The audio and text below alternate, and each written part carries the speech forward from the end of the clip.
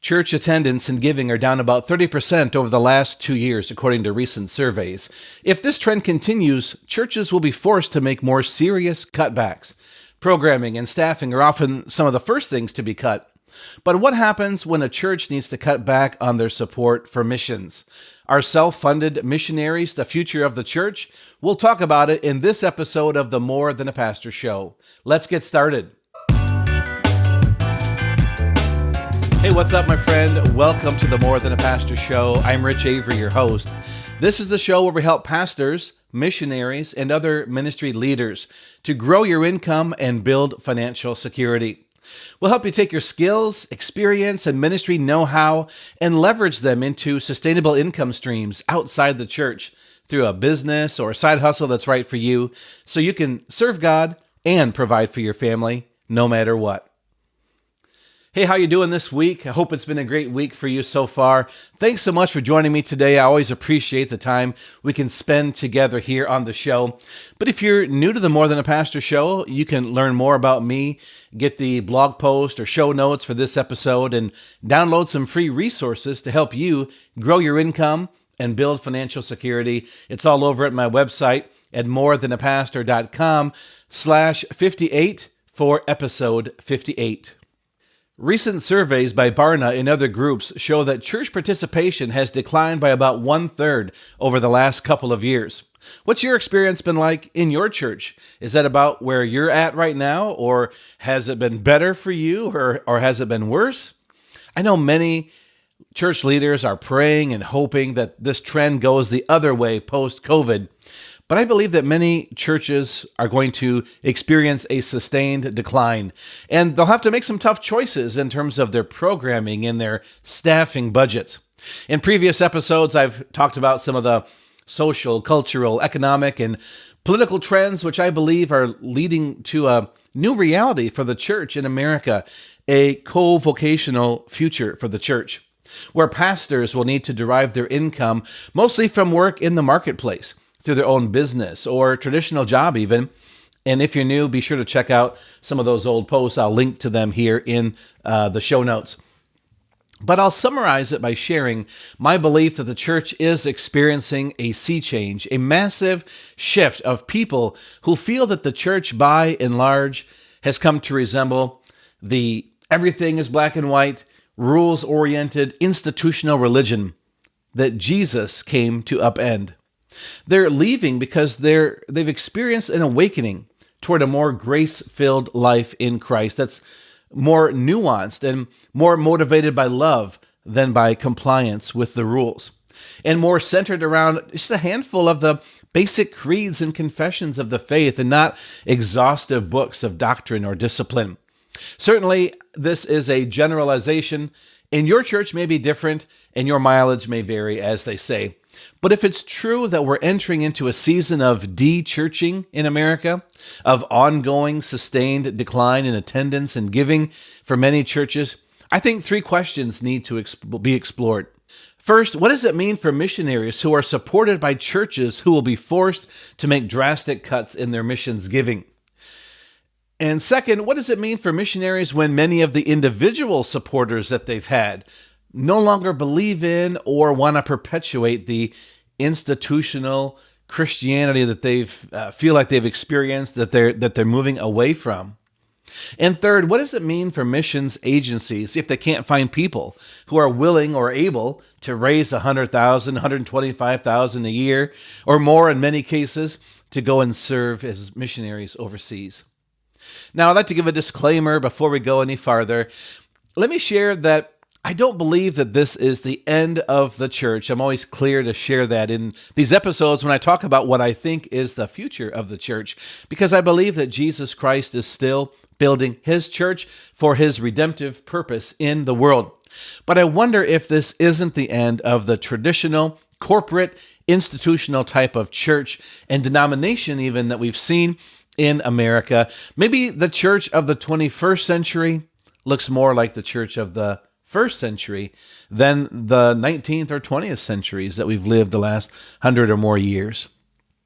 And maybe, just maybe, missions in the 21st century looks a lot more like missions looked in the first century too. So how will missions be funded in the de-churched era or post-religion era of the church that I think we are in or moving into right now? Well, if you've been around here a while, you can probably guess what I'm going to say, because you know that I believe that co-vocational pastors are the future of the church. So it stands to reason that I would also believe that co-vocational or self-funded missionaries are the future of missions. I've long believed that in the future, we'll need churches that don't look like churches, pastors who don't look like pastors, and, well, missionaries who don't look like missionaries. And what I mean is that the models that we've had before, what people think of as church, what people think of as the role of a pastor, what people think of as the role of a missionary, I think those things are going to be changing rapidly to connect with a culture and a people who are moving away from what they perceive as a corporate institutional type church that they believe is not what Jesus intended for the church to be. So let's talk about what is a self-funded missionary. A self-funded missionary is one who does not need to raise their full support from donors. They self-fund their ministry in whole or in part through their own streams of income derived from a business or from investments or from employment in the marketplace. So why is it going to be getting harder for missionaries to raise support, and why will we see more self-funded missionaries? I think there are 5 reasons why. Well, I think reason number 1 is growing economic uncertainty. And this kind of began with COVID, where many people weren't sure if they were going to have a job or not, or what things were going to look like for them, or how this was going to play out.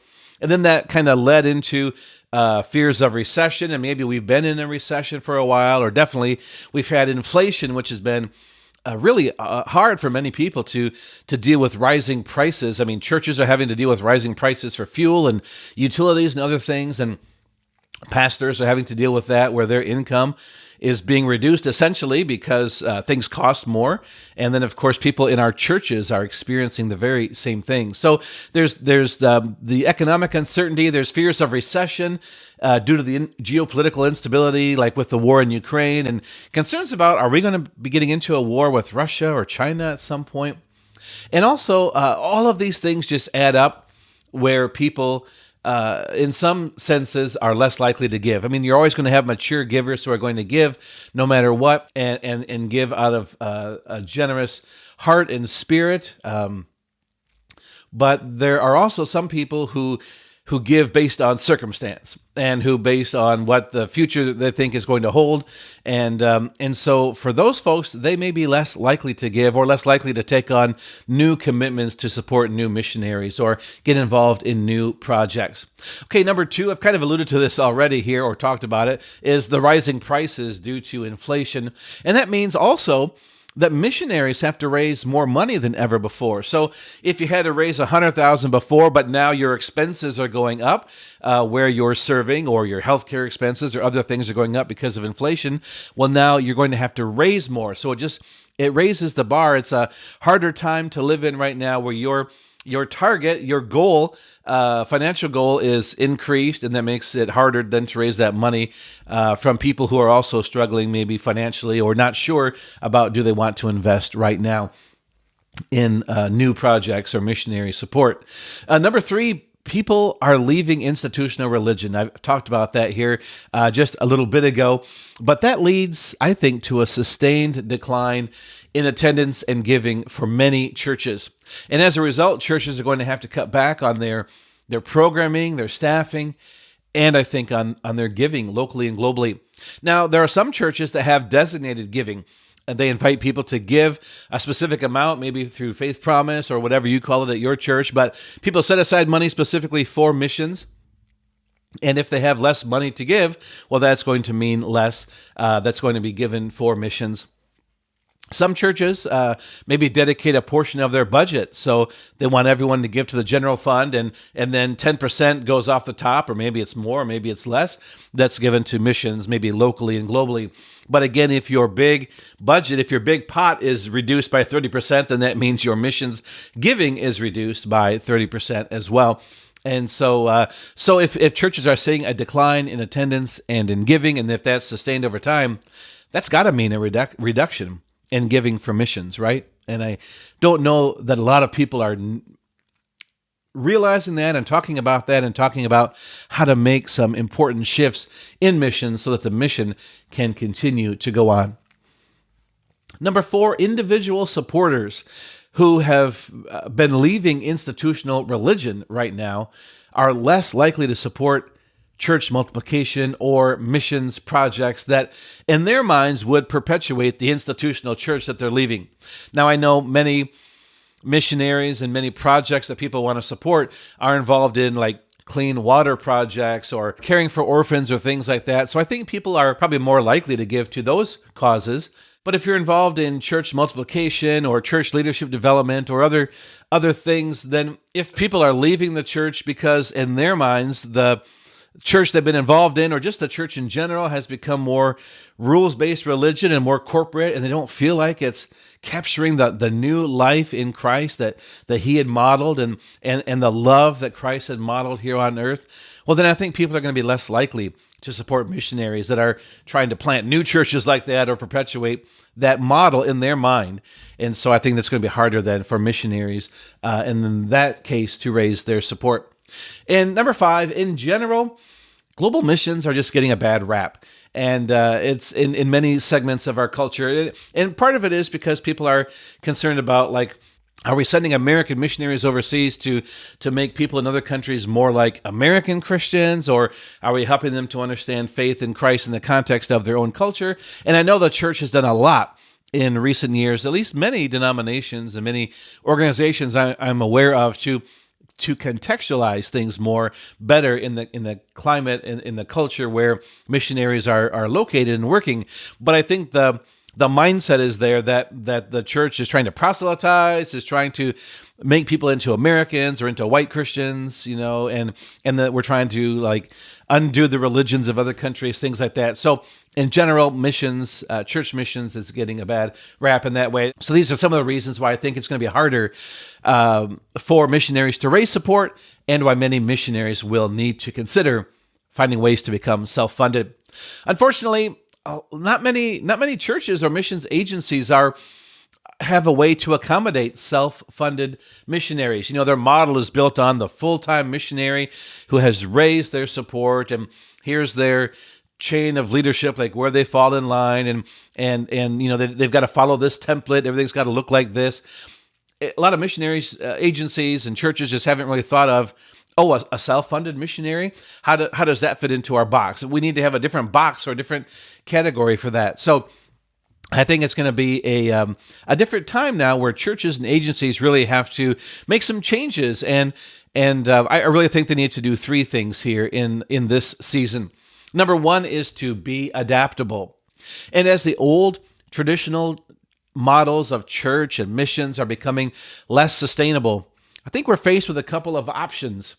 First, we can double down on what we think missions is, or missions are. I guess, is missions a singular or a plural? I think I've used it both ways. I don't know about you in all of my career as a missions pastor, but what do we think missions are? Is it the way it's always got to be? And so I think we need to be adaptable and be open that the models are changing, and we have to do things that are different now. And we can't just presume that the way things have always been is the way things are going to be. And number 2, we can adapt and we can explore new models for missions. And as I've shared before, I think missions in the 21st century will look a lot different, more like the first century church than the 20th century church. And what was the first century church like in terms of missions? Well, it was largely the self-funded missionary, wasn't it? Yes, there were people that supported missionaries and missionary journeys, but largely it was people that kind of funded themselves. The tent maker, if you will, the Apostle Paul, Dr. Luke, probably doing his medical work while he was on tour as well. So if you think about in the past, it was people that had the capacity to self-fund, to go, like, did Jesus say, go into all the world and preach the gospel and baptize people? Or did he say, as you're going into all the world, preach the gospel, baptize people? And so do we have a new opportunity today to recapture maybe the thought that it's not just going, it's not just sending career missionaries, if you will, but it's sending people in their work, in their everyday life to go. And as they go to be a missionary, and that way they can self-fund the work that they do. So I think that is changing. We're going to be looking more into models like that going forward. Number two, first one was being adaptable. Number two is to unleash creativity. I think it's time to be creative in our definition of what counts as missions and a missionary, and create new categories for the self-funded missionary. Right now, few agencies have a category for a co-vocational or self-funded missionary. I was talking to a friend of mine a few weeks ago. He's a businessman. He's organized his business and his life so that he can focus a few hours a week on his business, but then he's got massive number of hours he can put into ministry. And his particular passion is to mentor and disciple young athletes, like athletes at the collegiate level here in America. And so he has been engaged with some ministries that support or that equip chaplains to go and be chaplains with different sports teams at different universities. And so that's his big passion. But these organizations are really set up for career people to be missionaries. They raise their support, they go and they do this full time. That's what they do. They didn't have a category for a business person who said, I'm passionate about this. I feel this is what God's calling me to do. I love to do this.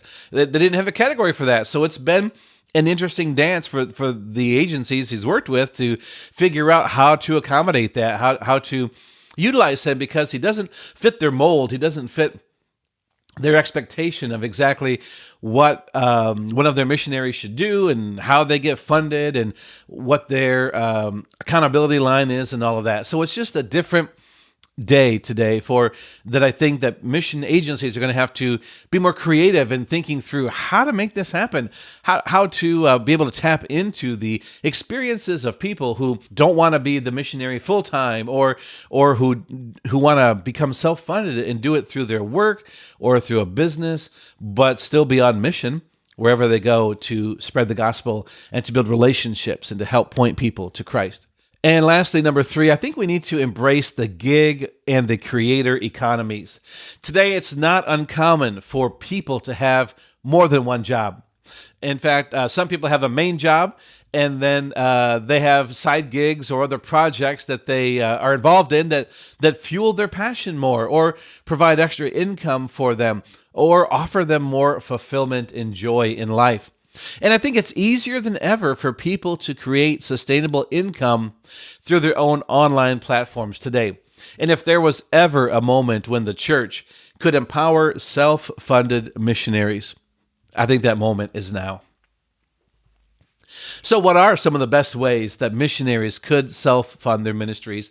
I've just come up with kind of three broad general categories, three basic ways that missionaries could self-fund their ministries. First is the traditional job. We have often in our minds thought of missionaries who go overseas and they're kind of full-time engaged in whatever that looks like in their context of building relationships and volunteering and learning language and things like that. But more and more, I think people are willing to just move somewhere for work to get a legit job. And while they're earning income in that job, be on mission to build relationships, to invite people into their home, to have a Bible study and learn the language and get to know people and things like that. Why does that have to be on a full-time basis necessarily? And so there are some organizations now that are empowering missionaries to go through the context of just a traditional job. One is Scatter Global, and they try to find professionals in many different industries, whether it's like IT or engineering or like in the medical field. They recruit people to go to the Middle East and to work a real job with a real corporation there. But through that context, to be able to build relationships and connect with people and just share in just everyday life, rubbing shoulders in the workplace about your faith and what Christ has done in your life and things like that. And there's also a growing movement of marketplace leaders, or something called marketplace multipliers, where some churches and denominations, including mine, the Wesleyan Church, is looking to help people to see how God is calling them in their work as they go and travel overseas, or as they go and maybe they're moving, their company is sending them to a different country for a year or two, how they can be on mission and how they can be part of God's kingdom movement through the context of their regular job. So traditional job, that's the first way that missionaries could self-fund their ministries. Second one is to launch a business. And this could be a locally based business. Maybe you're moving to a new country or context, and you're launching a business right there. Maybe it's a solopreneur business, or you're maybe doing something to hire people. I knew missionaries years ago who moved to North Africa, and their purpose was to launch businesses, to build relationships. And we are seeing this more in creative access countries where they're not able to go in as a missionary anyway. And so they're going in as a business person and in that context. But I think we're going to see that just more and more everywhere, whether it has to be a creative access type environment or not, that there's opportunities for people just to go in as business people to add value to the community in that way and build relationships and share Christ with them. I've known of missionaries who work in Europe, like in Belgium, and they have become master chocolate makers, and they're able to sell chocolates locally and ship it globally, and that's funded their missionary enterprise. I've known missionaries who work as travel guides, and in their country where they're located, they have totally created a program for how they can share travel tips and help organize trips for people and do customized itineraries and things like that. And so that could be a unique way to be a travel guide in country. Also, I've known of people to teach English, to come in and be tutors. And I know you have to work through like visas and work permits and things like that if you're going as a worker or to start a business or things like that. But these things are not insurmountable in many places. So I'm just sharing these ideas to help get your creative juices flowing of what could be possible for you. And number 3 is to create your own online platform. Teaching English or another language, or teaching other subjects online. I mean, that can be done from anywhere. You can have people in America tutoring students in China. You can have, well, my own daughters, when they were learning Spanish a few years ago, they were tutored in Spanish by a missionary living in Mexico. It was an American missionary living in Mexico, and she was teaching Spanish to students in other countries just online.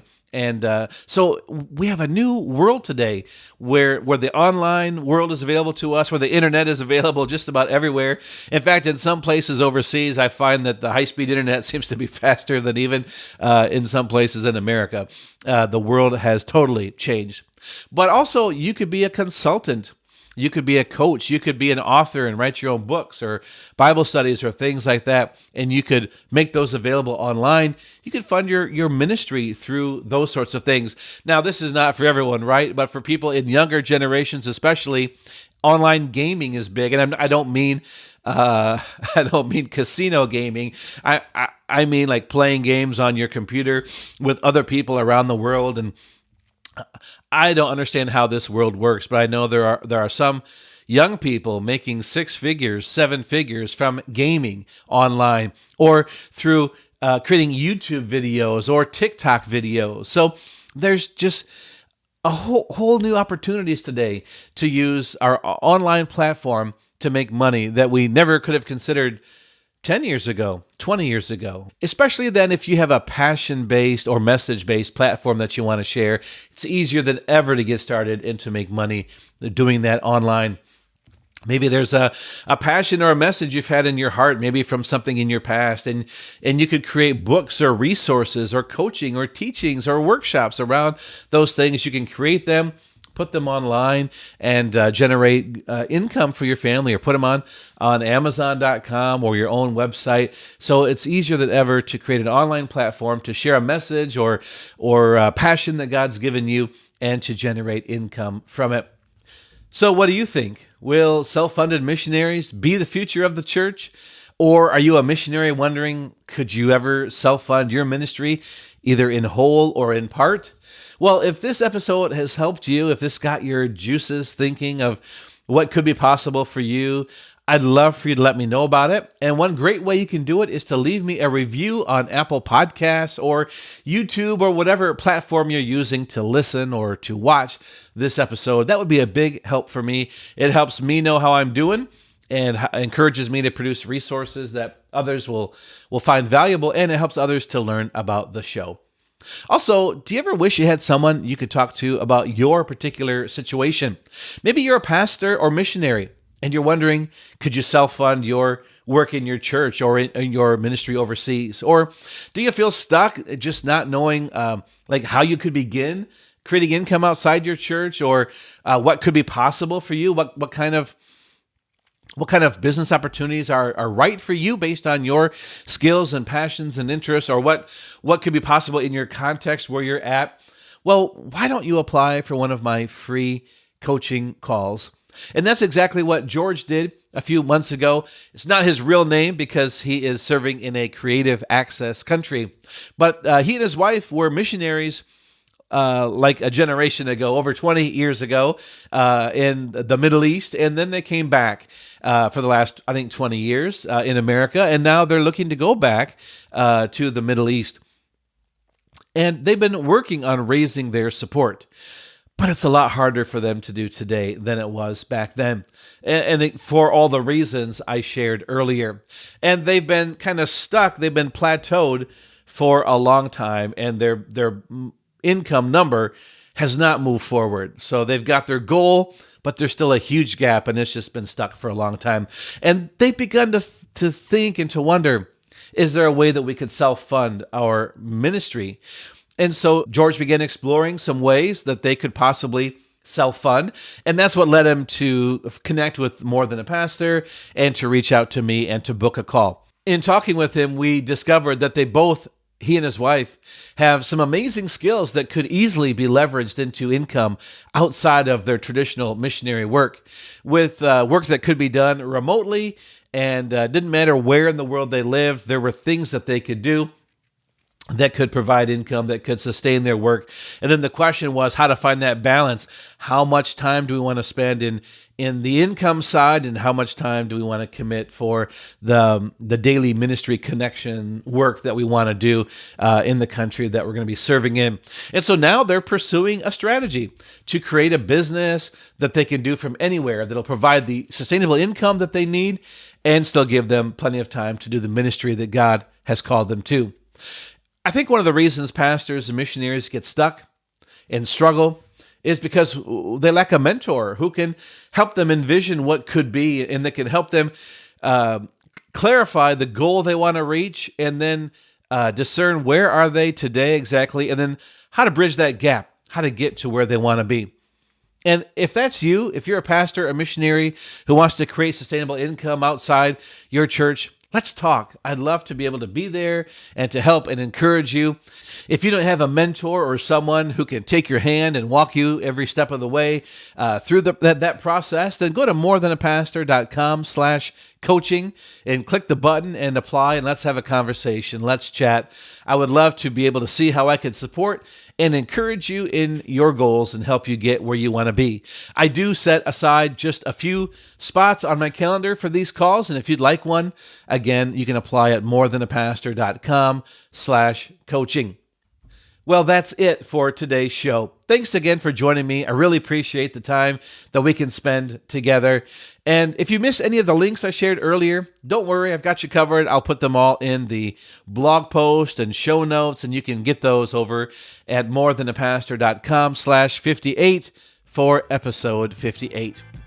Hey, until next time, remember that you are more than a pastor. Saying yes to God's call doesn't mean you have to say yes to feeling stuck, broke, or unfulfilled in your life and ministry. Let's work together and help you create the life, impact, and income that you were made for.